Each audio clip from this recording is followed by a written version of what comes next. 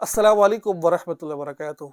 آج ہم بات کریں گے، اگر کوئی شخص خواب کے اندر اپنی گھٹنا دیکھ لیتا ہے، ٹھیک ہے، پنڈلی دیکھتا ہے، قدم دیکھتا ہے، تو اس کی تعبیر کیا ہے؟ اس کی تعبیر کیا بنتی ہے؟ کوئی بندے نے قدم دیکھے ہیں، اپنے پنڈلی دیکھی ہے اور گھٹنا دیکھا ہے، پنڈلی دیکھی ہے، قدم دیکھے ہیں، تو اس کی تعبیر کیا بن رہی ہے؟ یہ اس کی تعبیر بہت خوبصورت تعبیر ہے اس کی۔ اگر تو وہ انسان وہ ہے، یعنی کہ اس کو روزگار نہیں مل رہا ہے، تو بہت جلد انشاءاللہ اس کو روزگار ملے گا اور اس کے مال میں برکت